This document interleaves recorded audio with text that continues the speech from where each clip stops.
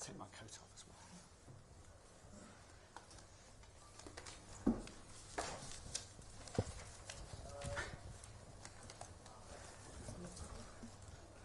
And then we all sit in silence for a bit now.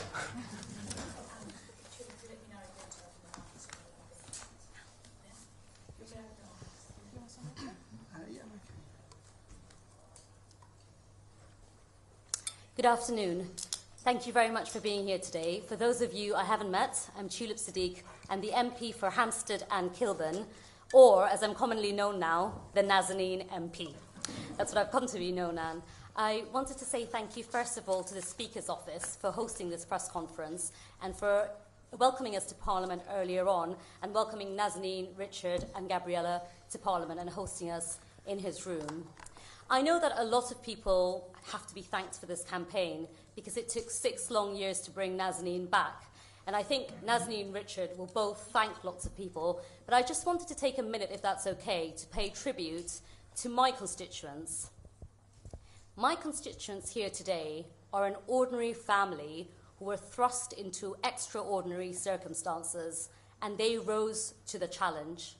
Richard is known for his relentless campaigning. Nazanin is known for her immense strength in the face of huge adversity, and little Gabriella, who's sitting in the front, is known to be a brave soul. It was a family who never lost hope. And that's why I'm so pleased to welcome them to their first press conference. The reason why they're here is because the Foreign Office and the FCDO officials worked really hard to bring them back. And I thank them for that. But I also want to say that I owe it to Nazanin to ask questions about why it took so long to bring Nazanin back and why the debt wasn't paid for so long, which we know was key to releasing Nazanin. So I've written to Tom Tugendhat, the chair of the Foreign Affairs Select Committee, to ask for a review into what happened in Nazanin's case. The 2 things I'll be asking the Foreign Affairs Select Committee to look at is, first of all, an incident that took place in 2013 when 3 Iranian officials came to Heathrow to negotiate the repayment of the historic debt that we owe Iran, or owed Iran. It's now been paid. They were arrested at Heathrow Airport and then detained in a UK detention centre. I spoke to Jack Straw yesterday, who said he never got to the bottom of why that happened, and Jack Straw said he firmly believes that saga contributed to important people in the Iranian regime wanting to take matters into their own hands and make sure there was more direct action for the repayment of the debt. The second thing I'll be asking the Foreign Affairs Select Committee to look at, if they accept the inquiry, is to look at why there was a deal made last year which then fell through and the money wasn't paid either. And I want to know why the deal fell through, why it took so long to pay the debt, and I also want to look at the wider issue of taking hostages, which Iran has done. And speaking on the topic of taking hostages, Nazanin has today asked Roxanne Tabaz to be on the panel with us. She's the daughter of Murad Tabaz, who is still detained in Iran. Murad Tabaz, his last known address in the UK was in my constituency, but Roxanne is Felicity Buchan's MP. Felicity Buchan is Roxanne's MP, and Felicity is here today. So thank you very much, Felicity, for joining us at short notice. And that leaves me to say, please wear a face covering if you're able to and you're not speaking. Most people aren't, but I have been asked to say it. Nor are we. No, but if you're speaking, it's okay. Richard will forgive you this one. And in terms of the panel, I'm going to ask Richard to speak, and then going to ask Nazanin to speak, and then I'm going to ask Roxanne to speak. We will then take questions after that. When you are asking a question, I'd be really grateful if you could stand up and ask a question, and there will be a roving mic that will come to you.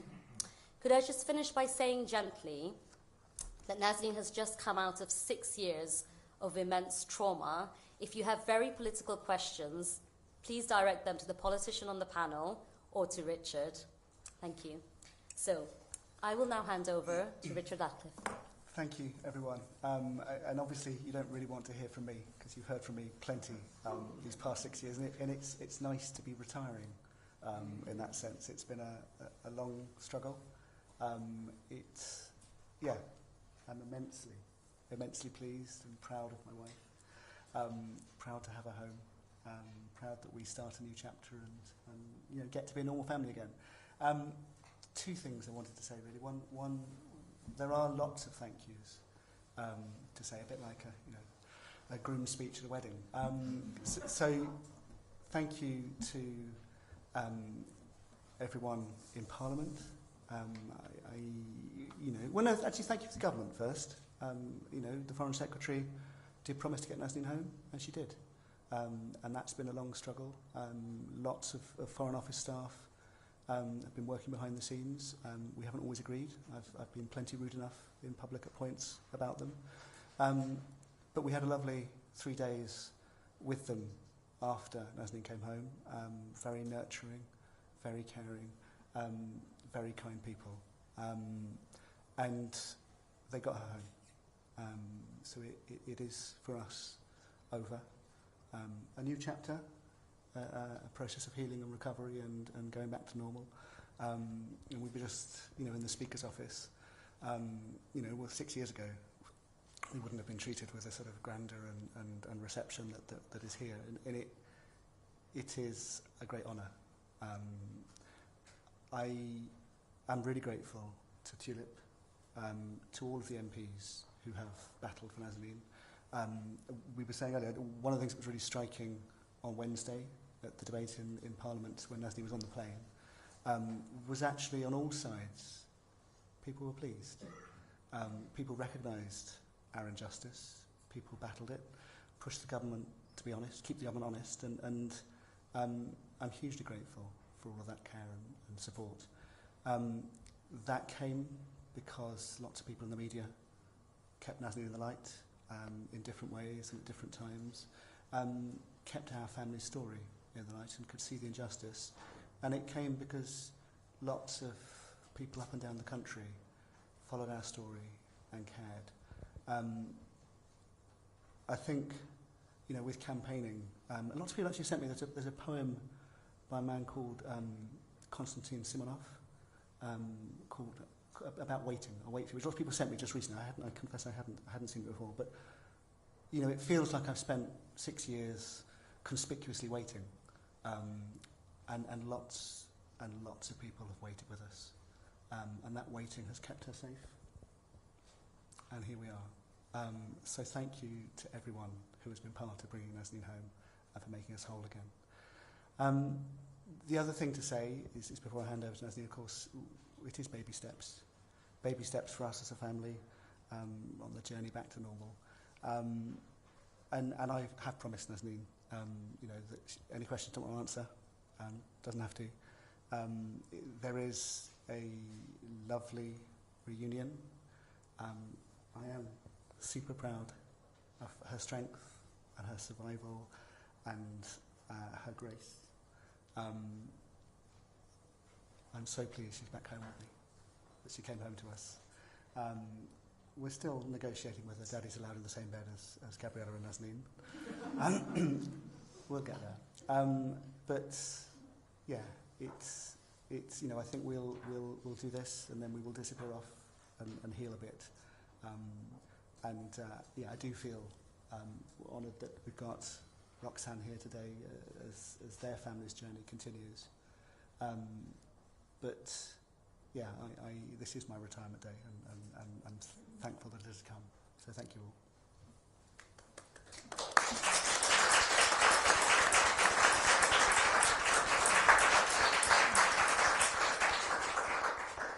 Thank you very much, Richard. And that leaves me to ask Nazanin Zaghari-Ratcliffe to speak. I would like to begin by saying that I am very grateful to whoever has been involved in getting us home, from politicians, media members, whoever has been trying very hard to get our voices heard. I'm grateful.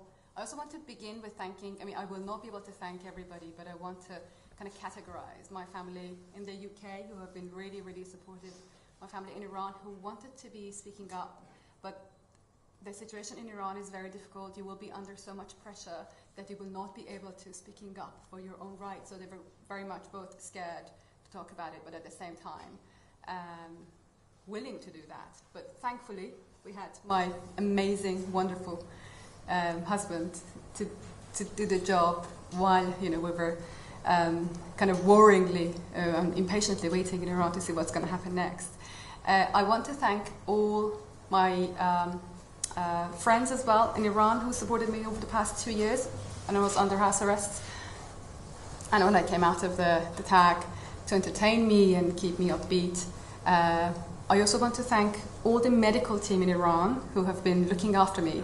It was an amazing experience to see people who knew me through media, just to be, looking after me when I was under house arrest and when I came out of it, just to give me medical support and, advice.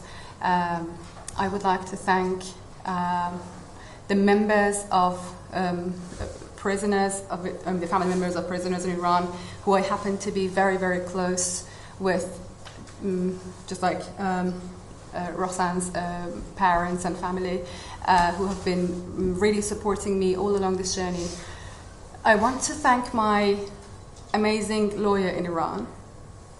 He has been accompanying me to the court and fearlessly fighting for my release. There is very little lawyers in Iran can do with regards to human rights, but I think he has been just amazing throughout that journey. And the least but not last, my amazing husband, who has been tirelessly campaigning for me, so thank you so much. And my daughter for being very, very patient with mommy to be coming home, so I am so grateful. I also want to mention one thing, and that is I believe that the meaning of freedom is never going to be complete until such time that all of us who are unjustly detained in Iran are reunited with our families. To begin with Murad, but also the other dual nationals, members of the like religious groups or prisoners of conscience who are, we do realize that if I have been in prison for 6 years, there are so many other people, we don't know their names, who have been, suffering in prison in Iran. So I think the justice in Iran does not have any meaning, because in worst case scenario, you are, being given the unfair trial. If you're lucky, then you'll be picked up by a kind of semi-fair judge, but in most cases, you're not being lucky. The journey back home was tough. I grant what Richard said, to thank the Foreign Secretary. I do not really agree with him on that level. I'm going to tell you that because I have seen 5 foreign secretaries changed over the course of 6 years. That is unprecedented given the politics of the UK. I love you, Richard. Respect whatever you believe. But I was told many, many times that, oh, we're going to get you home. That never happened. So there was a time that I felt like, do you know what? I'm not even going to trust you, because I've been told many, many times that I'm going to be taken home. But that never happened. How many foreign secretaries does it take for someone to come home? 5? It should have been one of them eventually. So now here we are. What's happened now should have happened 6 years ago. I think we all know, I'm assuming this is going to be public knowledge, of how I came home. It's fair to assume. I'm not going to mention, I don't know the details. But what took me home now, on the very same day, 17th of March 2022, that is the very same day that I left London, 17th of March 2016, to go on a 2-week holiday, and I never returned on the flight that I was coming back home with. But I think it should have happened exactly 6 years ago. I shouldn't have been in prison for 6 years. And yeah, I think we have gone through a lot. It has been a tough journey. The coming back was also very tough. So you do realize that, coming back to a daughter who is nearly 8, I left her when she was not even 2. There is a whole lot to catch up with Richard and Gabriella and getting to know them better.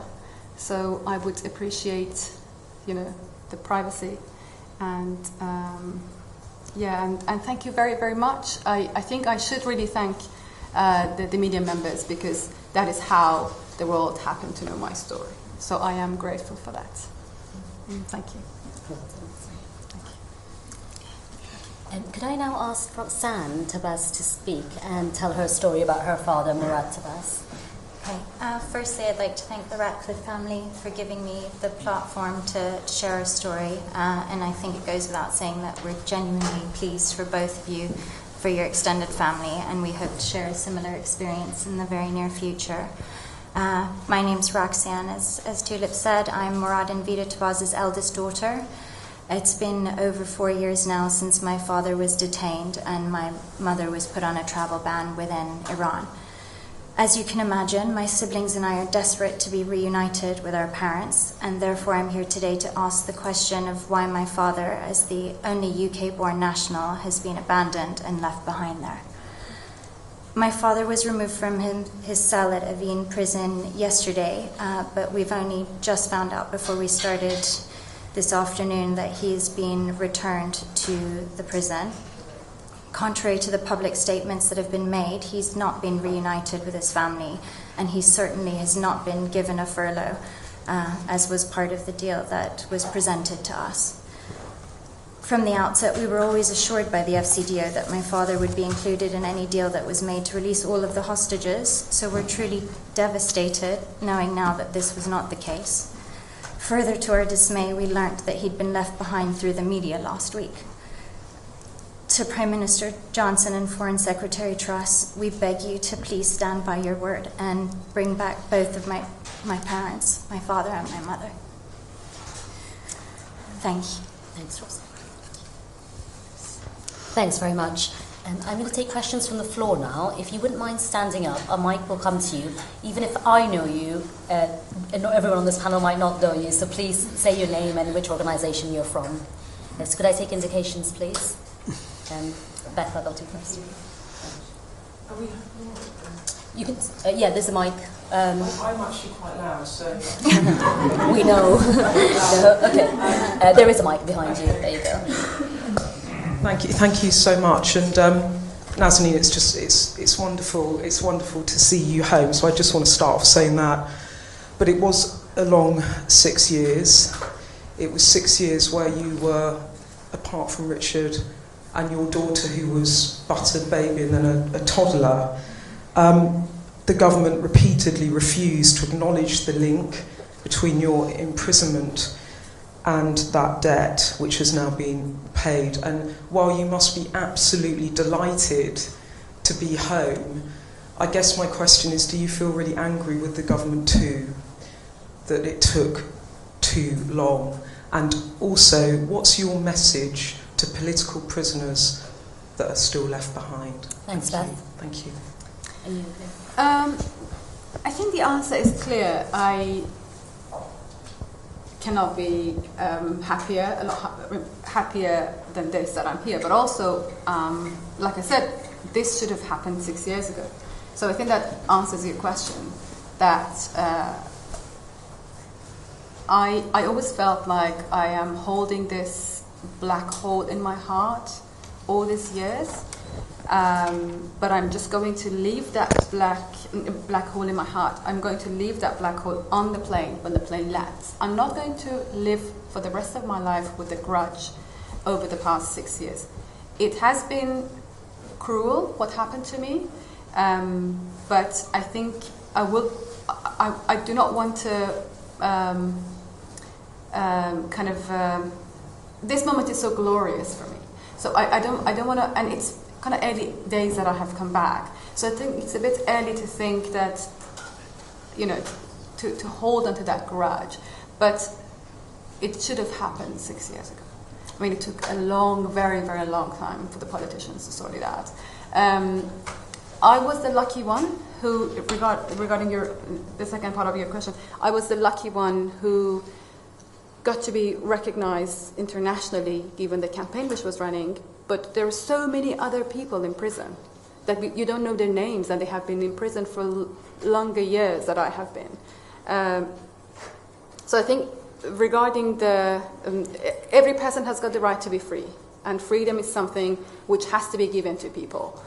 And I think the world should unite together to make sure that there is no one held either hostage or in prison for something they haven't done.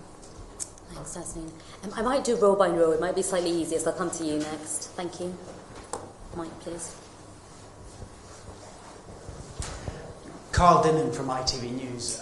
Nazanin, first of all, I hope you understand just how delighted everyone in this country is to see you back. Our hearts have gone out to your family all the way through this, and it's wonderful to see you sitting here. Thank you. Perhaps you could just tell us how much you were aware of when you were being held, of what was going on in the outside world and the efforts to get you out, and perhaps also the setbacks. You talked about five foreign secretaries over 6 years. Of course, one of the foreign secretaries who dealt with your case was Boris Johnson, and he said, sitting in one of these rooms, that you were out there teaching journalists, which you weren't. Did you hear about that, and what did the Iranians tell you about what it did to your plight, and how did you feel it affected what happened to you? I did not have much information about the outside world. Being in prison, prison is a very secluded space. You only have got access to state media and a couple of newspapers, and there were not much happening. And we had like visits every week. But then I would have loved to spend the time with her, so long as she was in Iran, than talking about politics, if I'm honest. So I didn't know what was going on. If only something was coming up in the news, then I would have known. Otherwise, no. And I think there is a lot to know now that I've come back. So we will have so many nights of chatting about stories. Perhaps at the moment the necessity of talking about them is less than what it used to be at the time. But I think there were times that I realized that I'm in prison. I've got 40 minutes to see my baby and have a story with her, or do something. We used to have lots of stuff in the visit room, like coloring and singing and things like that, and I was not going to miss that opportunity. So I did not spend time following the politics behind my story. And I thought, you know what, I am powerless in prison. I will see what will happen.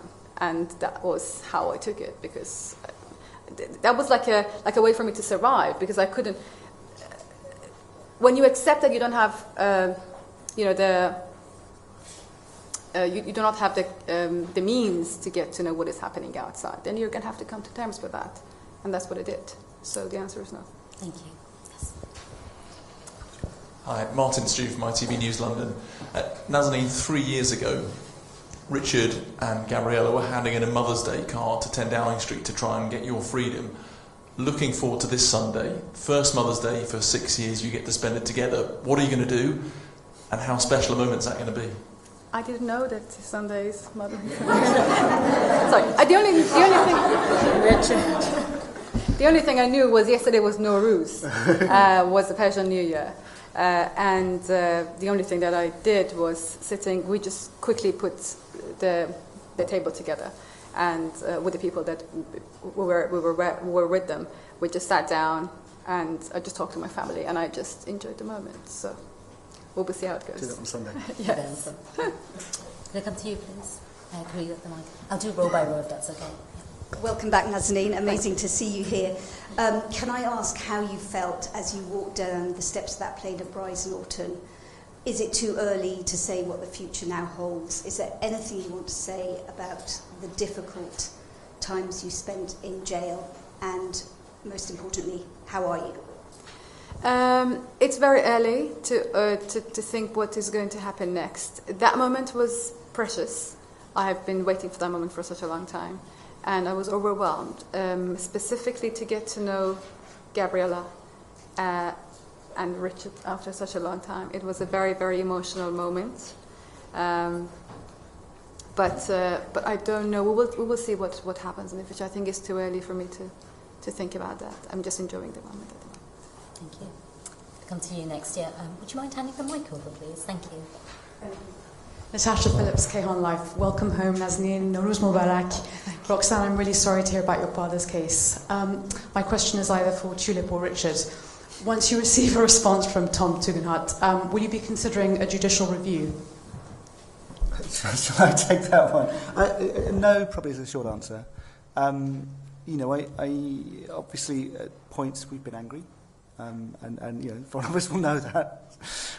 We said it fairly bluntly. I mean, behind closed doors, when we were in seclusion, we were talking about it is useful to review what happened and what we can learn from it. I think the suggestion of a Foreign Affairs Committee review inquiry is a really good one. I think there are specific issues in our case, but there's a wider issue about how the government deals with hostage taking, how it can do it better. It's not easy. The Foreign Office has a challenging job. Iran is tricksy, and you know, everything that's happened to Roxanne's dad in the past 48 hours demonstrates that. I think it would be really valuable for Parliament to take up that challenge and to talk it through. I think that's best done, through Parliament rather than sort of angry lawyers and you know, everyone having to sort of cover themselves. But I mean, as Nazanin said, it's early days. I don't think. I mean, I feel I am retiring from campaigning rather than going into a let's lobby the Foreign Affairs Committee kind of a stage. But I think there's an important point there. Just leaving it to me, Richard, I see. Could you pass the mic on? Thank you. Do you want to? Yes, please. My name's Patrick Winter from The Guardian. I just wanted to know whether this might be black hole territory you don't want to talk about, which I understand, but could you describe what solitary confinement is like, what effect it had on you? I would not be comfortable answering your question. I'm sorry, Patrick. Can I then ask you another question? If you're very quick. On the issue of the debt, is that what you felt held back your release? Failure to pay the debt? Yeah. And then why do you think it wasn't paid? Sorry, it's one question. I don't know, but I was told early on that there is something they want off the Brits, and they're not going to let me go until such time that they get that. And they were correct about it. So I didn't know the details at the time, but I think it was the week 2 or week 3 that I was arrested, like 6 years ago, that they told me, we want something off the Brits, we will not let you go until such time that we get it. And they did keep their promise. That's right. Thank you. Hi Nazanin, that's Catherine Filter from The Times. It's amazing to see you.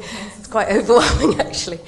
And you seem so well. I think it's easy to forget some of the horrible cruelty that you've been subjected to. And I wanted to ask you about, I know you've had some advice from Terry Waite about how to emerge from this trauma that you've been through. And I just wondered if there was any of his advice that you could tell us that you've drawn some comfort from. It's very difficult for me to talk about what I've gone through. So I would rather not answer that question. And I think this moment is just coming back home and just enjoying. It will always haunt me. There is no other way around it. It will be with me. Terry Waite is a good example. It is never going to leave you alone. But I think at the moment I would rather just focus on the moment of coming back home. Sorry, Catherine. That's absolutely fine. Can I just then ask you, have you tidied the flat yet? I don't know. I haven't been to the flat yet. We haven't gone back to the flat yet. Brace yourself. Thank you. Is there anyone in the third row? Yeah, could I come to you, please? Sorry. Yes, you. So, and then we'll come to this bit. Hi Nazanin, just wanted to say welcome home. We're just so pleased to have you here. My name is Lynn Rusk. I just wanted to ask, I suppose, was there a specific memory of home, of your daughter Richard? What was it, do you think, that really helped you survive through this time? What is it that you're most excited to be back for? My memory faded as the time went by, but the most visible memory was Gabriella playing and Richard getting me a cup of Fenalty at the time, because I was breastfeeding, so I was having Fenalty. But that was the most vivid memory that I would have. But then again faded gradually, so I had very vague memory of that. We still haven't picked up because we haven't been to the flat, so we're looking forward to that. Thank you. Yeah. Stephen Castle from the New York Times. Nazanin, I just wonder, did you always manage to keep your faith and your confidence that you would be released? And if so, how did you manage to keep that strength? And to Richard, please, I think right at the beginning of this you were encouraged to keep very quiet and not to rock the boat and to sort of keep your mouth shut. Do you think that if you'd done so, we would now have the result that we have? And what would be your advice to other people in regrettably similar situations? Richard, why don't I come to you first? Yeah, it's a good question. I think, and it's a question that all, as families, we all struggle with. 6 years on, I don't think I know what the best solution is, if I'm honest. I think it felt right. I mean, we waited for a month, actually. We didn't go public day one. And then we went loud, and we went consistently loud. And I always used to beat myself up as to what we could do to get it over the line. What was going to, it wasn't just simple outrage. There was more going on. And our story, with our story, you never know what you don't know. I think my advice to any family is to follow your gut, and to be authentic about it. My gut told me that this was outrageous and crazy, and there must be something else going on, and to speak out about it. It didn't tell me to do it on day one. Day one I was bewildered. But once I did. And it was tough for Nazanin's father, because his gut told him not to stir up a hornet's nest. And he didn't feel that it was particularly sensible of his son-in-law to stir that up. Well, it's not like we got her out in 6 weeks. We got her out in 6 years. I am eternally grateful to everyone involved in getting her out, some of whom are in this room, because our life can start again. There were bumps along the way. It might have happened differently. It happened this way for us. I hope it happens soon for Roxanne's dad. Thank you. Could I go to... Yes, please. Yeah.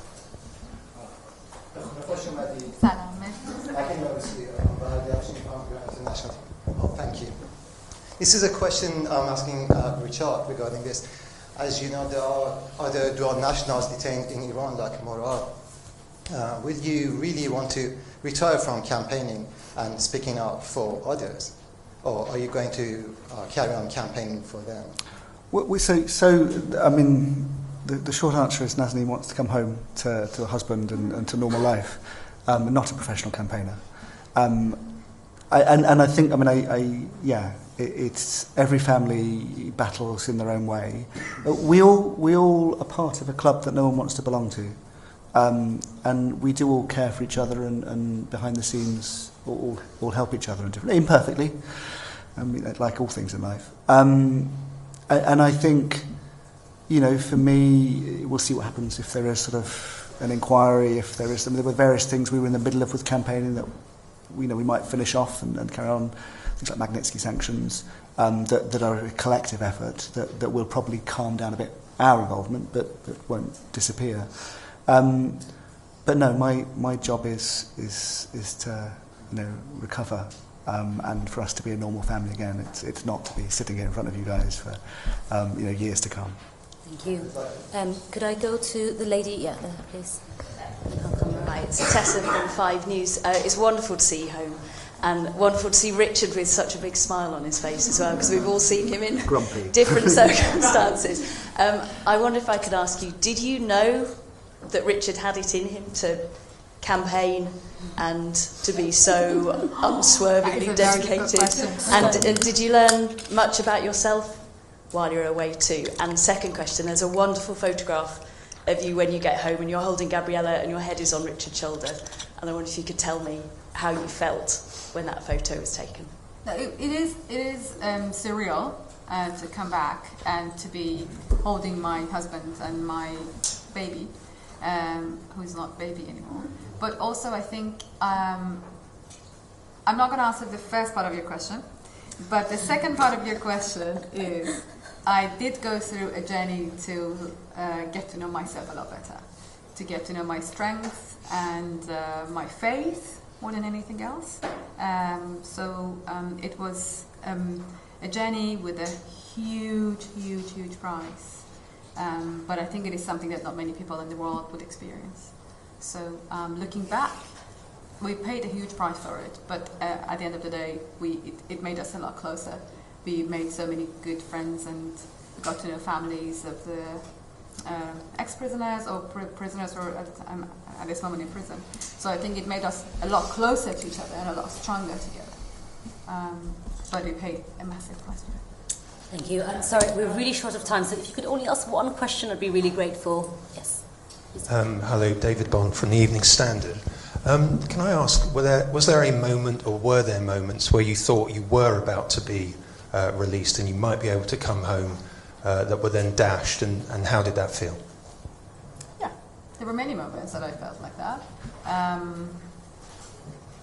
I felt like I was left behind. I assume this is exactly what Murad is feeling at the moment, that, you know, two of us came home, he was left behind. So I fully understand what he's going through at the moment, because it is disappointing. It kind of, it puts you in a situation that you can easily lose faith in everything. I have been through that, I think, twice over the past, maybe 3 times over the past 6 years.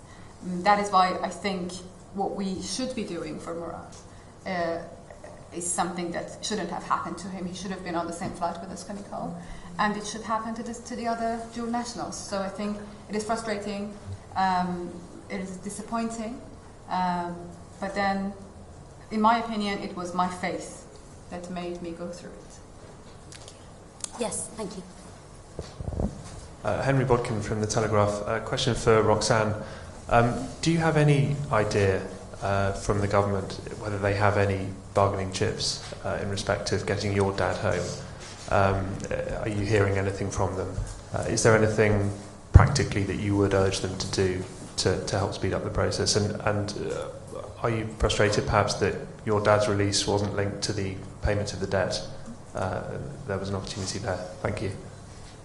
I haven't been appraised of the situation in terms of what's being negotiated at this time. We were advised that he would be on an indefinite furlough, which turned out to not be the case. And we also were advised that my mum's travel ban would have been lifted as well, which is also still not the case.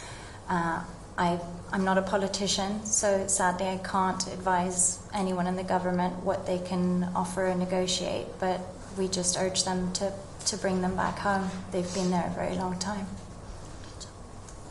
Would you mind passing the mic to Rosamund, please? Yeah, thank you. Hi, it's Rosamund from the Sunday Times. Congratulations, it's wonderful to see you, and congratulations, Richard. I just want to know, the last few days before you came home, when did you feel secure in the knowledge you were coming back? And Richard, when was that feeling for you as well? Oh, only when I got on the plane, not before. Because there has been so many games in the past that I did not feel like I should really let myself believe the moment. And I think it was just the moment that the airplane, the stairs went up and it took off that I realized that, oh, the moment is real. Yeah, same for me. I think there's a lot of games that happened that we didn't air and perhaps won't ever want to air. But, you know, there's a lot of uncertainty about what's going to happen in the last stages, and our experience and many other hostages as well. You know, we've had false dawns before. We clearly were close to it. It felt like it in the last few days was getting closer, but probably there was always a gap between what I thought was going to happen and the Foreign Office was saying, listen, it's moving. I was like, well, you know, until it's happened, it hasn't. Well, now it has, and it's a lovely feeling. Sophia. Hi Nazanin, massive welcome home. It's great to see you. Just a quick one. How was your first weekend of freedom? Is Gabriella getting used to having mummy home? And I wondered also how your mum and dad were back in Iran, and if you ever felt that in a million years perhaps you'd be able to travel back there and see them again. Well, she has been upgrading mummy to be with her and downgrading, sadly, daddy a little bit. You know, and rightly so. Making up for the past... I haven't seen Gabriella for the past 2.5 years because she was in Iran with my parents. And she left Iran in October 2019. So lots of catching up. It was lovely to... You know, to get to hold her, to braid her hair and to brush her hair. That was a moment that I really, really missed. My parents were relieved. I must admit that I felt like my mom would be very, very upset. She was not. She was so happy that this whole thing is over. The only thing which was kind of bothering my mom and dad was like there was my presence in the flat because I was living with them for the past 2 years. And I think it was my absence which was bothering them more than anything else. But they were very, very much relieved that I'm back. Regarding the traveling back to Iran, yeah, you know my opinion on that. It took me 6 years to come back. I think I will be very, very cautious about when I'm going to book a ticket to go back. Is there, did you want, okay, so Yeah. could you hand the mic please to the gentleman behind? Yeah, you've got the mic, yep. Thank you. Jonathan Ruckman from Channel 4. Welcome and happy Nowruz. It's great to see you. As you know, we're hearing that a new Iran nuclear deal is quite close. You have a platform now to say what you think perhaps should be in it, because there, as you said, there are a lot of political prisoners in Iran. And I wondered what you thought the bare minimum was in terms of releases of your fellow prisoners so that others don't get trapped. I think it would be a very difficult question to ask for me. I'm just going to look at it in my own perspective, and that is, I have been a pawn in the hands of the two governments over the past 6 years. I did follow the story of JCPOA for the past 6 years very, very closely, and that is because I was told many, many times that my story is linked to that, which shouldn't have happened. I don't think anybody's life should be linked to a global kind of agreement on whatever that is, whether it's nuclear, whether it's environment, or whatever. Every human being has got the right to be free.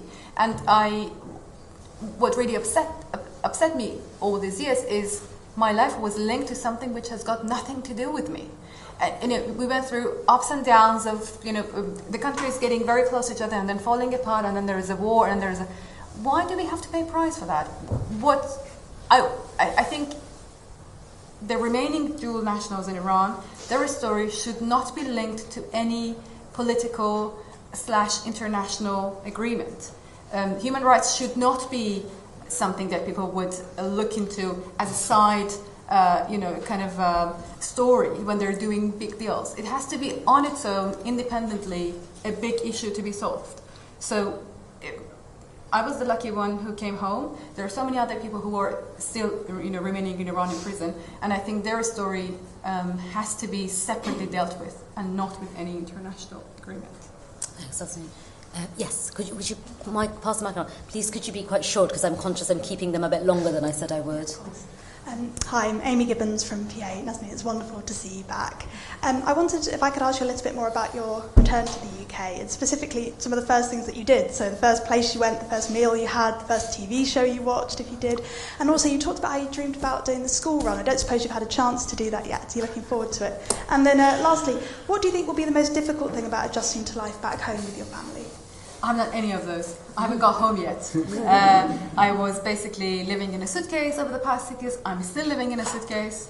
So my husband has been picking up my clothes.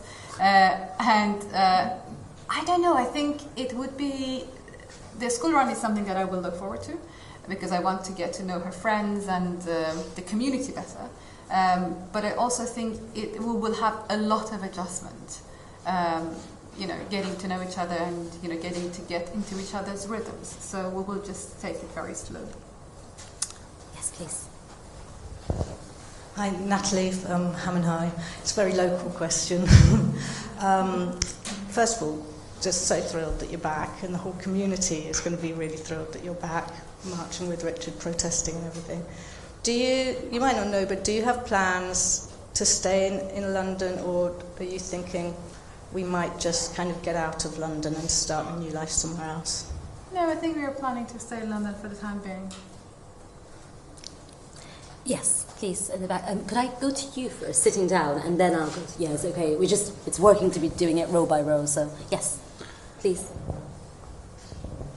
Hi, Nazanin. Tom Howard, GB News. It's obviously been such an awful ordeal in Iran, and you say that there are so many others that had your situation too. Is it a little worrying that the government has been seen to pay Iran in exchange for people being returned to the United Kingdom? And is there a concern there that it might encourage more hostage-taking potentially in the future? Yes. I'm going to jump in on that, Tom. There is a moral hazard. Without doubt, a legal debt is not a ransom, but the guys that took Nazanin will be patting themselves on the back and saying, "We did well. Let's, squeeze Roxanne's dad. That's undeniable.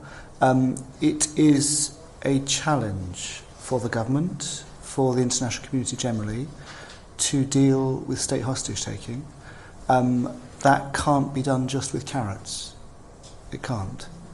It's a balance, and it needs to be worked out. And one of the conversations you've heard me say on your shows, on others, is the government needs to be brave, and being brave also means being tough.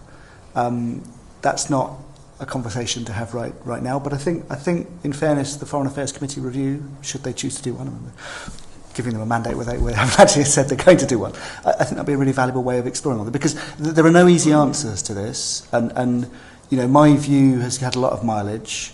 Not everyone agrees, and actually, how does one deal with tricky policy questions? It takes a village, just like getting Nazanin home. So I think it's worthwhile having that conversation in a brave and open and honest way, and we'll see where that takes us. Thank you. Okay, so I'm very conscious of time. I am keeping them from very long. Gentleman, the man who was very eager, and then there's 3 more journalists, and then that's it, please. Thank you. Theo Ashwood, LBC. Just a very short question to you, Nazanin. Were there any moments of kindness from those guarding your cell in prison, and how do you feel towards those who kept you captive? Yes, but I'm not going to answer that question. I'm so sorry. Sure. Right. Lady standing up, please. Yeah. Hi, Lucy Fisher from Times Radio. Welcome back, Nazanin. Thanks in part to Richard's remarkable campaigning, your face is really well known in the UK. And I wondered if you'd found so far that you're being recognised a lot in public, and also how you think you might cope with, frankly, your fame. Well, can I just answer that question? Gabriella told me on the phone one day, I was still in Iran, that, Mommy, you do realize that you are very famous, and then it's me, and then it's Daddy. Okay, fine. And then I said, okay, it's not good to be famous, because, you want to have a normal life, and, just to have a... And she was like, oh, you're not going to be famous forever. Maximum a week. So we're bracing ourselves for a week of fame, and then we're just going to have a normal family. Very good. And then there was 2 other journalists. We had, who was the next person? Yes, thank you. Hi there, thank you. Hannah Somerville from Iran Wire. My question is also for Nazanin. About the friendships that you developed in prison, just on those ones left behind, is there anyone you can name that you became particularly close to in Evin? And if so, do you have any message you'd like to convey to them now? Yes, I've got... There are people who came out of prison all the time that I was inside. That I was in Iran under house arrest, and then the tag came off. I was still in Iran, so they thankfully came out of prison. But the conservationalists, if I'm correctly mentioning the name, the family of Morad, so Morad, Sepide, Nilofar, Sam Rajabi, and Human, and then there is Siamak. The male section, we do not have any contact with them, but we got to see their families, and we get to be very, very close with them. So, like I said, the meaning of freedom is not going to be complete until such day that they are all outside. And at the moment, I am with them in spirit, but I am not going to let the torch be down until the day that they are back home to their families. Thanks, Nazanin. And last question, please. Hi, Eleanor Langford from Politics Home. Ultimately, Liz Truss is the Foreign Secretary that got you back. Why do you think that she succeeded where her predecessors failed? And do you feel confident that she'll be able to get other dual nationals like Roxanne's father home? I think I would rather not answer any political questions. It is very difficult for me to... Yeah, Richard? Yeah, I mean, it's a good question. I think a number of Liz Truss's predecessors were personally vested, tried hard, tried different things. I'm really grateful to the current Foreign Secretary that she got it over the line. And, feeling a little bit guilty about giving her quite such a hard time when she took the job on and we camped on her door. But maybe that worked. And I think, I don't know if it's confidence, but absolute hope that she can get Roxanne's dad back, and the others. And I think we should be grateful to her for having done it. and let us hope that that becomes a pillar of her foreign policy going forwards, that she keeps Brits safe, and that she makes sure that, you know, whether it's in Ukraine or Afghanistan, all the other places where people are vulnerable, that you know, it is something the UK does. It looks out for people. Okay, can I say thank you? Everyone's been very well behaved and it's worked very smoothly, but I'm just going to ask the panel if there's anything they want to say that they didn't get asked about. So, Roxanne, is there anything you'd like to say? No. Are you okay? All right. Richard? I in my long list of thank yous, did not mention any of the legal teams who did huge work for us.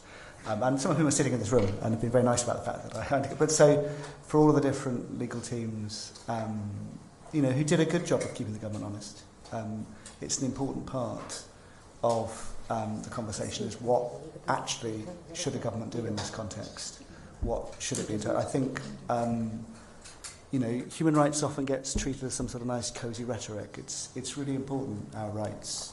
And, yeah, just for keeping us all safe. So we are deeply indebted for everyone that helped that happen. Can I say thank you? And could I just say thank you once again to the Speaker's Office, who worked really hard. Sasha, Alice, and the whole of the Speaker's Office really worked hard, and my team as well. There's a lot of work that goes on behind the scenes in an MP's office, so Liam and everyone worked really hard. I would really ask if you wouldn't mind giving the family their privacy. They're going to go now. Roxanne and I are around if you want to ask any questions, but Richard and Nasli will be escorted out now. Thank you all very, very much. Oh, Gabriella, sorry, of course, and Gabriella. You're going. You're going with Mummy and Daddy. We're all going to go now. Sorry, I wasn't going to leave her behind. Thank you. Thank you. Oh, you got...